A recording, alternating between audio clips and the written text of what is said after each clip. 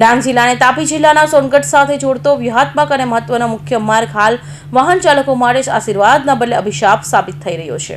ખાસ કરી લશ્કરિયાથી બરડીપાડા સુધીને અંદાજે કિલોમીટર લાંબો સિગ્નલ પટ્ટીનો રસ્તો એટલી હદે બિસ્માર બન્યો છે કે અહીંથી પસાર થવું એટલે મોતના મોઢામાં જવા સમાન છે. માર્ગ અને મકાન વિભાગની ધોર બેદરકારી કારણે રસ્તાની બંને તરફની સાઇડ પટ્ટીઓ યોગ્ય રીતે પૂરવામાં આવી નથી. રસ્તા અને કાચા ખભા વચ્ચે મોટું અંતર હોવાને કારણે શહેરમાંથી આવતા વાહનોને સાઇડ આપવા જતાં વાહન પલટી જવાની કે સ્લીપ થવાની ઘટનાઓ રોજિંદી બની ગઈ છે.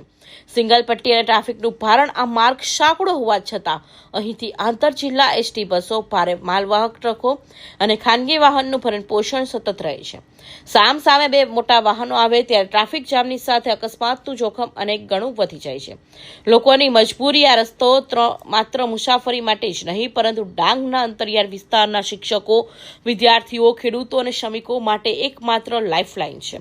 અન્ય કોઈ વિકલ્પ ન હોવાથી લોકોના જીવના જોખમે અહીંથી પસાર થવા મજબૂર છે. જો તંત્ર હજુ પણ કુંભકર્ણની નિદ્રામાં રહેશે તો આ માર્ગ પર કોઈ મોટી જાનહાનિ થવાની પૂરેપૂરી શક્યતા છે. શું તંત્ર કોઈ મોટી હોનારતની રાહ જોઈ રહ્યું છે? તેવો સવાલ અત્યારે ડાંગના જનતા પૂછી રહી છે. રસ્તાની આ દયનીય સ્થિતિને પગલે સ્થાનિક રહીશો અને વાહન ચાલકોમાં તંત્ર સામે પ્રચંડ આક્રોશ જોવા મળી રહ્યો છે. લોકોની સ્પષ્ટ માંગણી છે કે ડાંગ જિલ્લા કલેક્ટરને માર્ગ મકાન વિભાગના ઉચ્ચ અધિકારીઓ એર કન્ડિશનર ઓફિસો છોડી સ્થળ પર આવે અને આ ખતરનાક રસ્તાનું જાત નિરીક્ષણ કરે. યુદ્ધના ધોરણે સમારકામ, રસ્તા પરના ખાડા પૂરવા અને જોખમી સાઇડ પટ્ટીઓનું તાત્કાલિક મેટલિંગ કરી તેને લેવલ કરવામાં આવે.